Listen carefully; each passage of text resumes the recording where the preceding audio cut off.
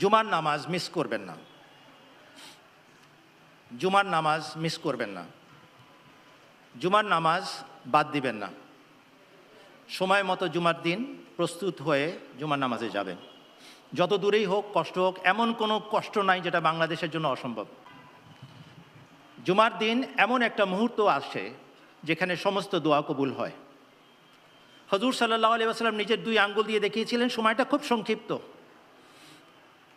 কিন্তু আছে। এই জন্য টাটকা মাথা নিয়ে, অর্থাৎ মস্তিষ্ক তরতাজা মস্তিষ্ক, মন মানসিকতা নিয়ে জুমার জন্য যাবেন আর দোয়াতে রত থাকবেন। আসর নামাজ পর্যন্ত বলা হয়েছে। এই সময়, এই 2 সময়ের মধ্যেখানে কোনো এক মুহূর্তে সেটা গৃহীত হয়, আবার এর চেয়েও সংক্ষিপ্ত সময় হতে পারে এটার। জুমার আজান হবে সোজা আল্লাহর দরবারে, সারাক্ষণ দোয়াতে রত থাকবেন। জুমার নামাজ মিস করবেন না, খুতবা মিস করবেন না, এটা অভ্যাস করে নেন। কোরআন শরীফে একটা সূরা নাজিল হয়েছে জুমার নামাজের গুরুত্ব দিয়ে।